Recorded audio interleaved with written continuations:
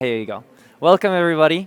Feel free to take a seat, grab a pair of headphones, settle down. There's a bunch of space in the front. I'm very excited for this next session that we're going to have, and I'll have the pleasure to be a moderator, so I'm going to take a seat.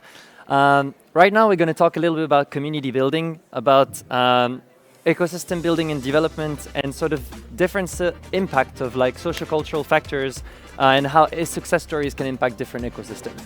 So I will welcome my three esteemed panelists to the stage, ask them to introduce themselves, and then we'll dive straight into the topic. So please welcome Nina Erkkilä, Anna Andersone, and Igor Ovcharenko to the stage.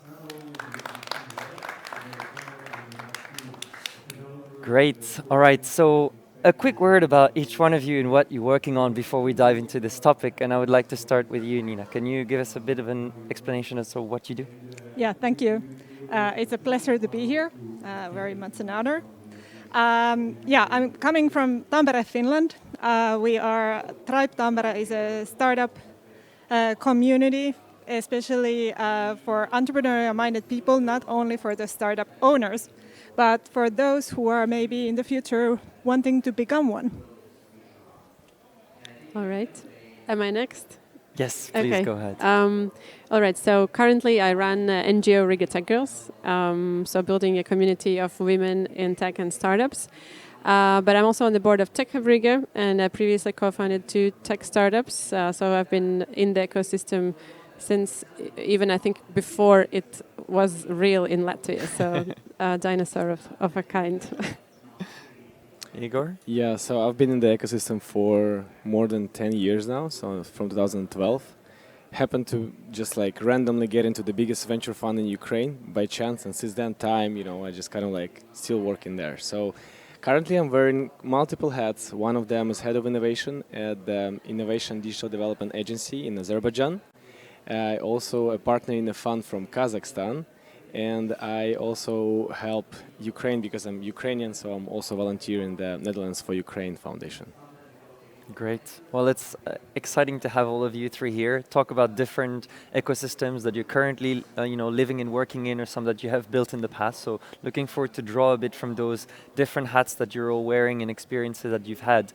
And when we were sort of preparing for this session, one of the things that I wanted to talk about specifically is kind of look at different cultural factors and how that impacts ecosystems. We generally talk about policies, we talk about financial decisions and financial planning, but there's a lot more that goes into building ecosystems. And as it starts with people, and I know we're going to talk about that, Nina, and sort of like passion around building ecosystems, like culture is very important. So kicking off this discussion, like what are some of the major cultural factors that you feel are impacting like ecosystem building and community development in the ecosystems you've been experiencing it? Maybe starting with you, Anna.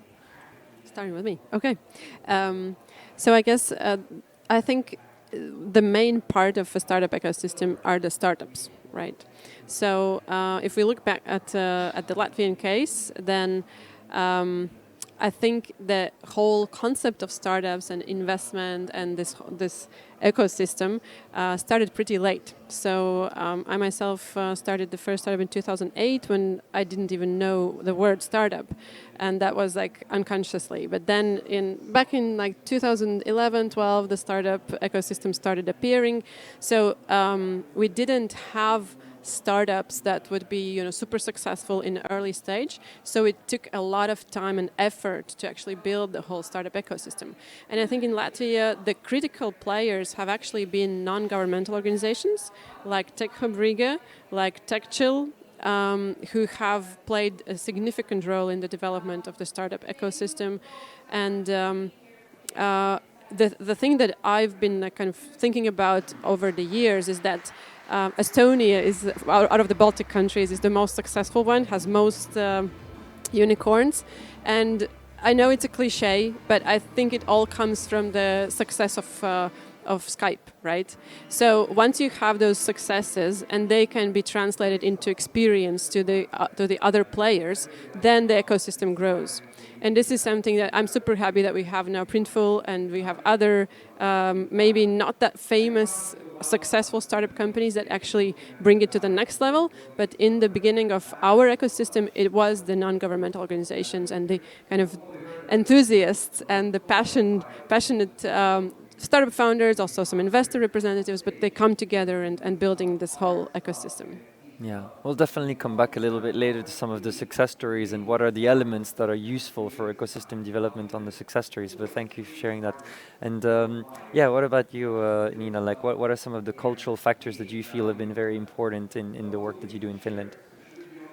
Well, yes, I would say that since we work with the very pre-startup cases, so thinking about that, like the economy we live at the moment is very much like there is a shortage of skillful manpower, and I think not only in Finland but also elsewhere in the Europe.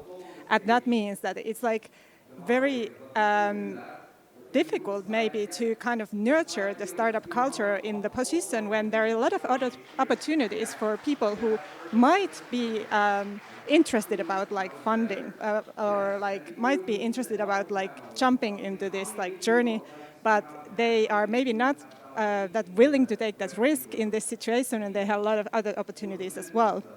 So based on that, I think it's super important to kind of like create a culture where that is like offering some kind of like support and enthusiasm for that. Like kind of like, why would you change your life for this? It has to be something else than the necessity of doing that. And that's why kind of like starting from the very early on, that's super important that you have like all the support and all the networks, but especially the community that it's easy to jump into, and you can feel that you belong to this system, and you are there and you're welcome from the very early on. And I think that's what we've been trying to like creating this culture of like very easy to entrance and also kind of like this kind of like traction of like wanting to be there and not like escaping immediately. How do you see that, Igor, through the various ecosystems you've been in, often quite early stage? How do you see those cultural elements?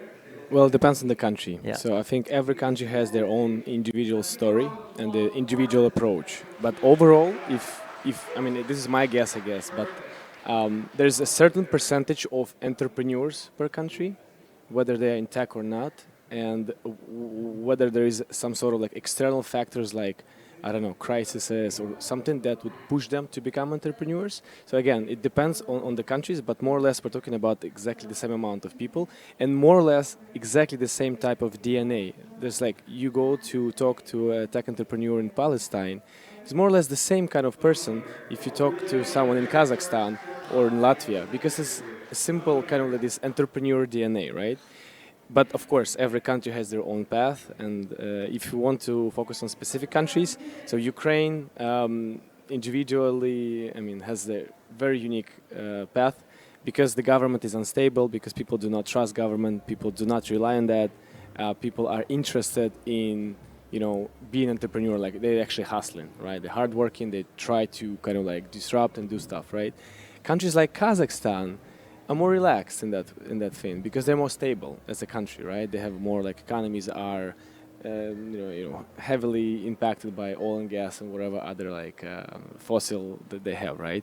Therefore, when I first went there, it was like the entrepreneurs were like lifestyle entrepreneurs, so like it was just cool to be a startupper because you know ladies would like, you know, pay more attention to you kind of thing, which is kind of ridiculous because 70% of the entrepreneurs I've seen in Kazakhstan, they were just like lifestyle kind of entrepreneurs, right? It's not about the business, about like them drinking smoothie in a nice coffee shop.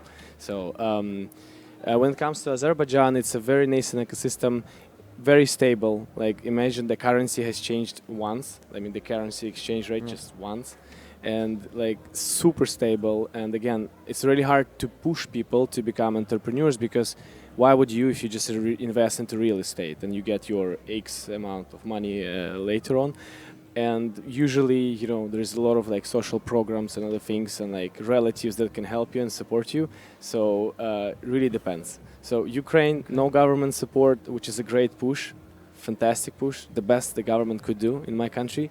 Kazakhstan, which is kind of like balancing in like pushing too much for the entrepreneurship.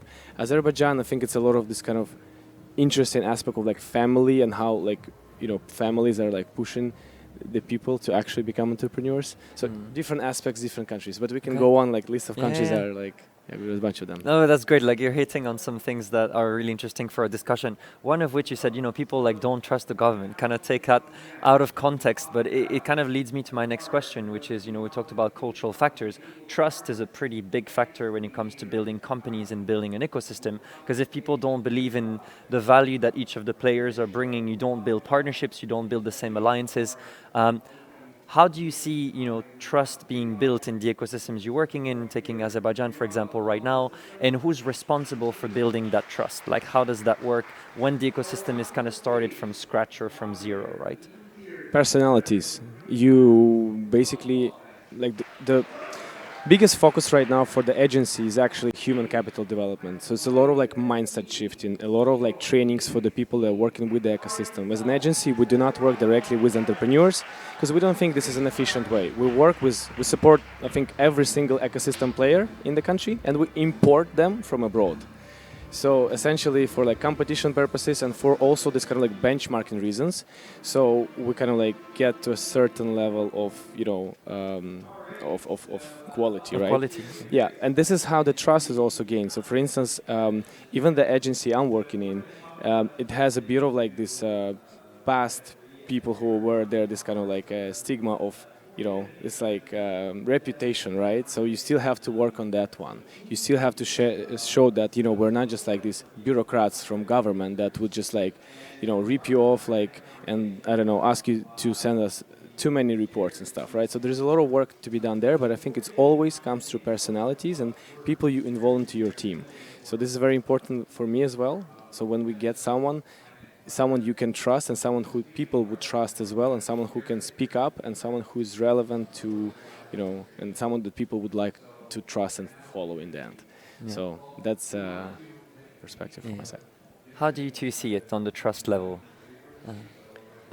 So the basis of trust is understanding each other, I think, and that is, I think, what creates a lot of mistrust. And I've seen it also around in Latvia is that, for example, in our tax bureau, the people who work there, they don't understand what are startups and how they work and why they can't pay high taxes from day one. So when they're bootstrapping, what's the problem?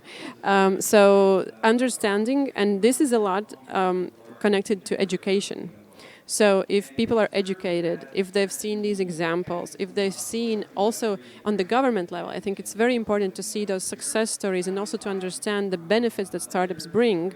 And now, of course, it's there. So people in the Ministry of Economy understand it, and maybe also people in the tax department are starting to understand it. But for many years, it has been a huge issue and huge challenge. And so understanding, education, and of course, definitely these role models. So people who know what it is, who can explain what it is, and who can build this trust among even those who haven't had their own experience with that. So I would say that. Great. I would like to kind of move now from this trust. We've talked a bit about government and how they act, and moving to the government side of things. So when it comes to ecosystem development, what's the role of the government and sort of where do their mandate start and stop, or should start and stop in your opinion in the various ecosystem, and maybe starting with you and how it works in Finland. What do you see the role of the government be? Well, as maybe many of you know, that Finland is very much like a governmentally involved ecosystem, and I see personally it as a happy marriage. Okay. And it should be happy. I mean, why else would you be married? But it's more like the idea is that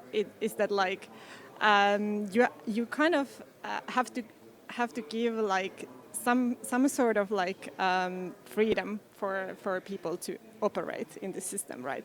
But then at the same time, it's about kind of collaboration, not just it's not one way thing, but it's about building things together. I also especially I talk now in the municipality level, because that's what we do at work, and we work together closely with the city, and city is the main supporter for our actions.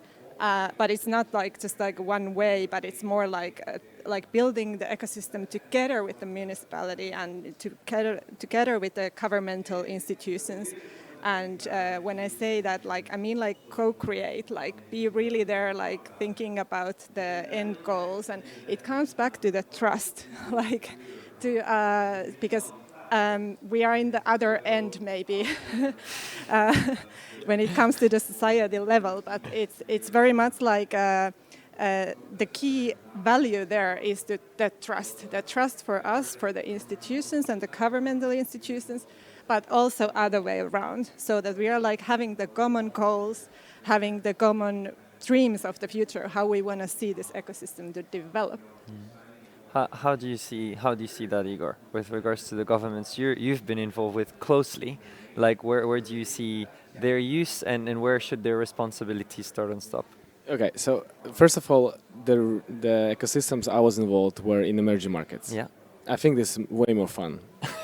I mean, to be honest, I mean it's a bit more dull to be in Europe and develop the ecosystem there. I'm really sorry about that, guys, but like this is my perspective. Okay, it's way more fun. It's a roller coaster. It's you know, a lot of you know, paradigms that you have to change. It's way more fun. Anyway, so I think the best model for emerging markets specifically is the gray cardinal. Or like, you know, in football they say that the best referee is the one that is not visible on the field, right? So like someone who is like behind the scenes. So it's like this exactly, I think, the right model for the government, because let's be honest, they don't know nothing when it comes to the startup ecosystem development, right? They have no idea how to operate programs. They have no idea how to do teaching people. Like they're like clueless. Let's be honest, right? Because the things that we're working on is something that is not taught in schools. This is not like you know, it's about like it's a bit ahead of the time, right? So we're talking about innovation and something that is on the verge of like new technologies and other things. So the government cannot catch up with this and let them do their government stuff, right? So what we play and what our role in the government as a government right now in the country is basically we're enabler. We regulate, we put the frameworks. Sometimes we give them like a, you know, like magical push, like a kick in the butt, and essentially we try to make it in a sustainable manner in a way where you know, we sometimes provide money. I mean, a lot of times we provide money, but it's not like 100% money. So like up to 50% year one, up to 25% year two, nothing year three, right? This is our approach. But it's very like the government has to be transparent. The same rules for everyone, and the more silent and the more like gray cardinal as possible. This is my perspective. This is the model I believe in. Okay, great. I think we've got Anna has some comments on the boring side of the European ecosystems here. Go on, please. I think also within Europe it's like very diverse. So we kind of like call Europe something one whole. But what I wanted to mention is that I think the government can play in this ecosystem. It can play the kind of a role similar to what investors play when working with a startup. So investors are or accelerators. So they are the ones who can kick off growth. And I think this is what governments can also do for the startup ecosystem. They can kick off the growth. It can be done through policies, through priorities. So if startups and the startup ecosystem, startup growth is a priority, yes, they are not kind of 100% in the know of what is happening and how you should drive innovation, but exactly collaborating. If that is a priority and they can collaborate, then they can be that accelerator of the startup development. They can be that like investor, not even just money-wise. I'm not even talking about investment money-wise, but just, I mean, again, I have to refer to Estonia, right? Who had this, I don't know, many years ago they had this decision that Estonia is going to be this e-country, right? So that decision has helped them a lot, really, like worldwide. They're worldwide known for that, and that is just making a decision to make it a priority and to talk about it. That's all. All it takes. And in that case, I think governments can play a big role in being these kickstarters and pushers of the whole ecosystem. I love that comment, and I'd like to sort of stay on that for a second, right? Because I'm from Belgium originally. I lived in the Netherlands for a long time, and then the last year and a half I've been in Estonia. And it's been fascinating for me to sort of see the ripple effects of the decision that they've taken about a decade ago, which didn't seem to be such major decision on sort of a governmental level, considering that they have the entire economy to care for. But in many ways, it has shifted a lot of things in the priorities and the agenda that has been set internationally for the country. So I feel like when I talk to Estonians about how the government should be involved, a lot of the response that I get is they should just put the policies that we tell them they should put in place and then get out of the way and let us do the rest, right? It's not up to them to build unicorn companies or billion-dollar companies. It's for founders to do that, but at least remove the roadblocks, right? They're not asking for a handout. They're not even asking, especially in Europe, for a lot of money, because governmental money is considered with a lot of strings attached in general. So they say, just make sure that you get the roadblocks away and let us work, right? And for early stage startups, that would be make sure we've got agreements for safe and convertible notes, make sure we don't have crazy legal fees and notary requirements, that we don't have crazy reporting to be done either to our investors or to other agencies that we're involved with, and just let us build. That the stock option plans are designed in a way that is not going to get all of our money into taxes, but that we actually keep it and can build on that flywheel, which I think is really interesting, and I feel that's something they want to do more and more. But you're right, in terms of marketing, being able to position the country in a certain way and say, we're going to move from 1% of the GDP per capita being allocated to the tech world to 30% coming from the tech sector within the next 10 or 20 years. That shows a massive commitment from people that might be working in an older structure or from an economy that was built differently up until now, to what they're kind of setting out to do in the future.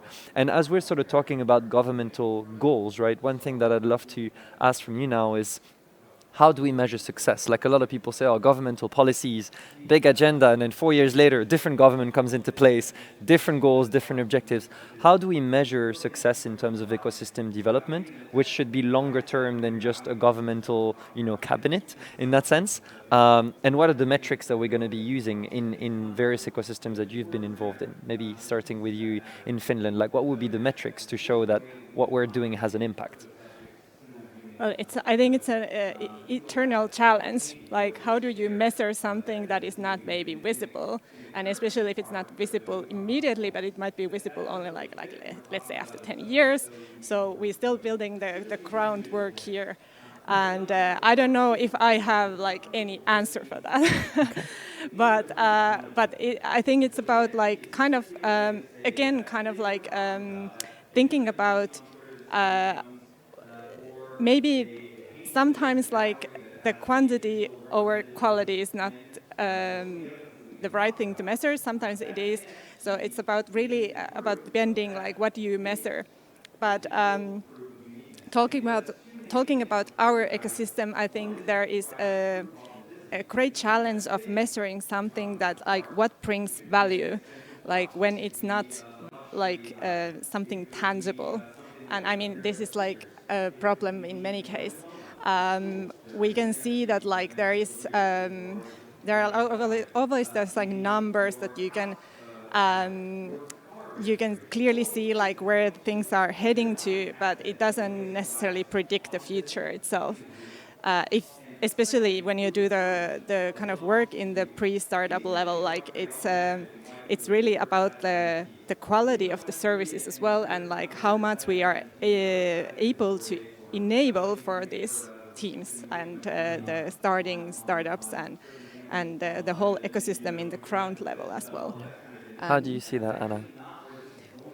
Well, if it was up to me, I would look at unicorns per capita, people working in tech per capita, so percentage of people working in tech, in startups, if we look at this.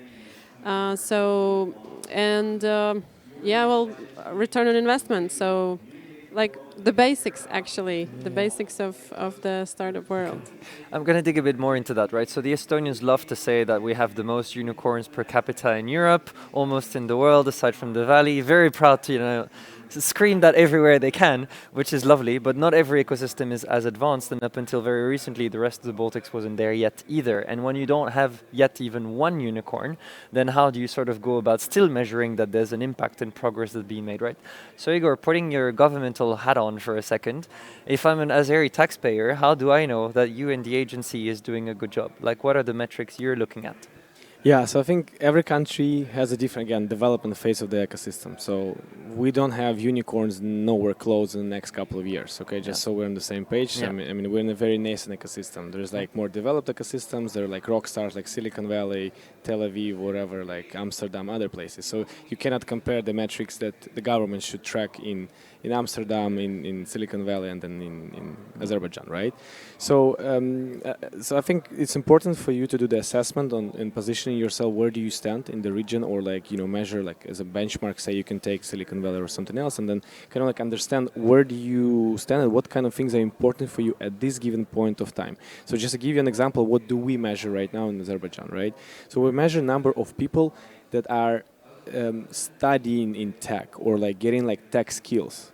Okay, so it's like we're at that level. Okay, so not not like working not like working in the startups yet, but just like how many people are there that is actually getting some training. So we also measure number of companies with like new companies per year with minimum viable product, like these kind of things. So it's like we're talking about like kindergarten stuff for now.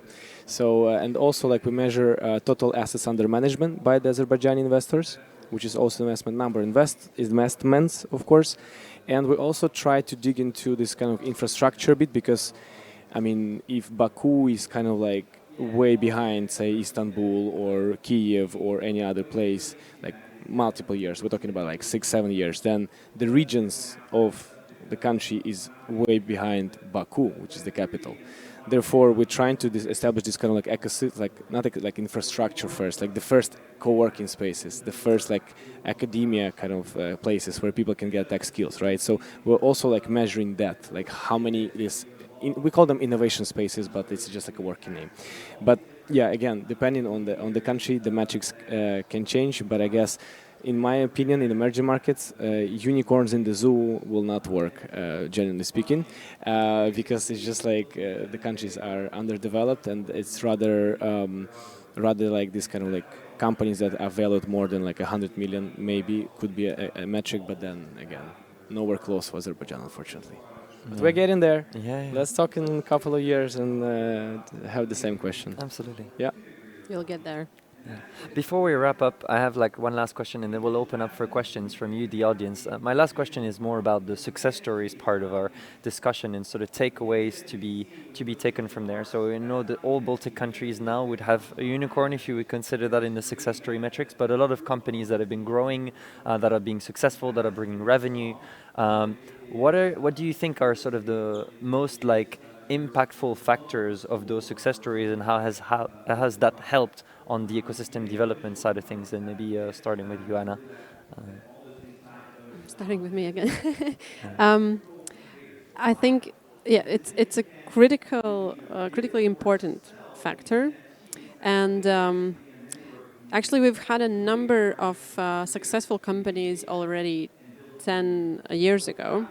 The kind of slightly problematic issue was that those were silent exits, and the experience was kept to themselves. And I think this is kind of the most important effect, is that the successful founders, they first of all, they go out there, they give back to the community, they share their experience, and they also use what they have learned and earned to build other startups. So kind of giving back, but also kind of growing, sharing, and that's the most important part. That the success is not kept in the dark, but it's given out, and we see a lot of the successful companies now who are supporting other startup growth, who the founders are moving in, like building their own funds, and that's the way how it should be. And also the ecosystem is developing, like creating mentorship programs and things like that. So that's where success should go and be used very efficiently. Have you seen that in Finland, Nina, with the amount of companies coming out of Helsinki and Tampere? Yes, I actually wanted to say pretty much the same thing, that I think it's super important that there is this give back culture where like you share your experience, share the struggles, but especially the wins. And I think it's like super important for the future like successful companies to have that trust and like believe that it is possible, and like especially like in the community aspect, I think like it's super important that like we kind of have this shared arena to share that, like that it's not like, okay, so they used to be here and now they are like this like insanely big company somewhere out there, but like that they somehow stay in the ecosystem to help and build it to grow further. Yeah, I would like to sort of bring maybe like one quick example on this that I think highlights a little bit like what are some of the takeaways that different ecosystems can take. So when I was living in Amsterdam, some of the bigger success stories that some of you might know would be Booking.com back in the days, and then later on Adyen, which is, you know, a $64 billion company now, that is an absolute giant competing with Stripe and others. What's been interesting to see is that in the Netherlands, because of some of the regulatory or governmental elements that we've talked about earlier, stock option pool hasn't really been designed very well in terms of how you can give back to your employees and to all of your early supporters. There's been a lot of tax implications that have made things difficult, and the culture and mentality of founders wasn't really set in the right way either. And so when it comes to the flywheel of reinvesting into the ecosystem and startups, that's something that hasn't been prioritized. And so even with billion-dollar exits, the amount of money that actually goes back to the ecosystem and fuels the growth of future companies is proportionally been very, very small compared to what you would see in an ecosystem like Estonia, which up until 10 years ago had a combined $8 million in 2011 in funding, and then 10 years later went to 1.2 billion, with a lot of founders that, you know, from Skype and then from Wise and then from Pipedrive, some of them are speaking on the stage today, that have like had hundreds of their employees at exit, you know, go home with a lot of money that they can angel invest, that they can put into their friends, that they can start new companies with. And you can see that currently even local founders in Tallinn that haven't exited their companies yet, so they're still sitting on most of their stock options, but the second that they have disposable income or, you know, from their own salary would go and invest in early stage startups. Thinking of the founders of Verif, who are angel investors multiple times over, even though they haven't exited, and fueling this flywheel, right? So the more you're successful, the more you give to your employees, the more they're able to then invest in the next generation of companies and kind of accelerate this learning and fueling of the ecosystem, which is sort of a mental shift that needs to happen, I think, in a lot of places in Europe, and that because of legislation purposes hasn't always been able to happen that way.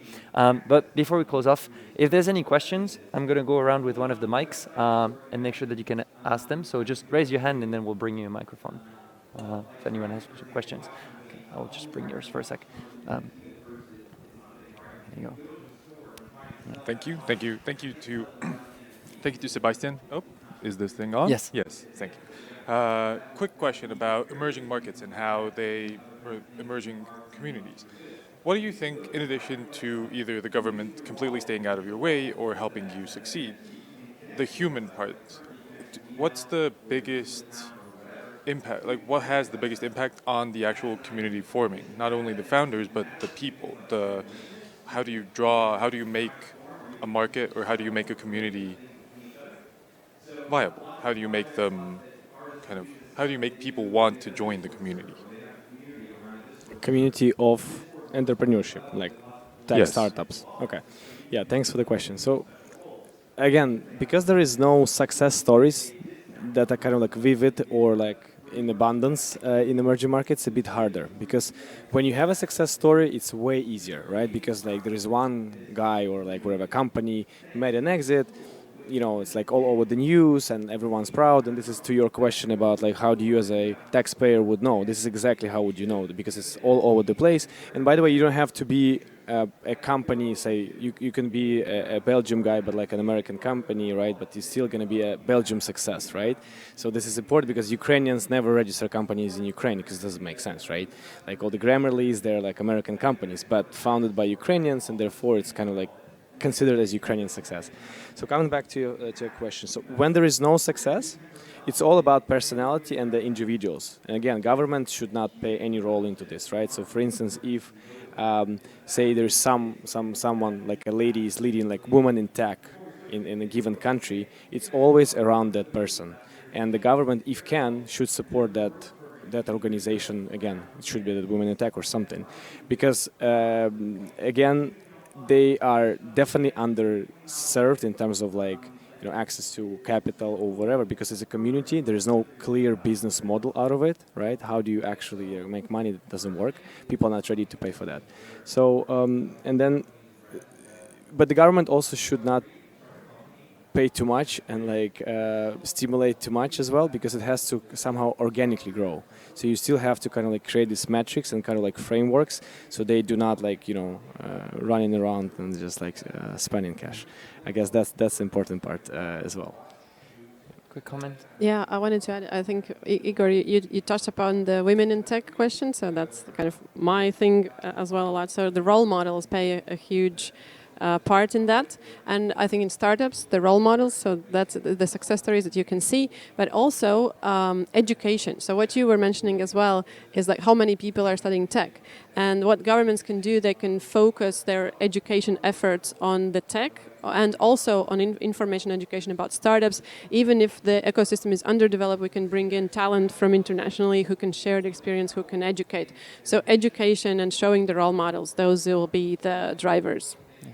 Yeah, I wanted to add the comment that I think it's super important that there is a very low threshold to join any startup community, and there the government can also play a role, like by enabling these places and hubs where it's like very easy to go, and it's really about the inclusiveness and like the kind of like the culture that like it's not behind the scenes that like you have to know like a secret code to get there, but that is really accessible. Brilliant. Thank you so much for that last comment and answer. I hope it answered your question. I would like to give a big round of applause to our panelists for this interesting discussion. Thank you so much for your thoughts. And then we will move on to the next discussion already. So thank you, Sebastian. yeah, thank you so much. Thank you. Great.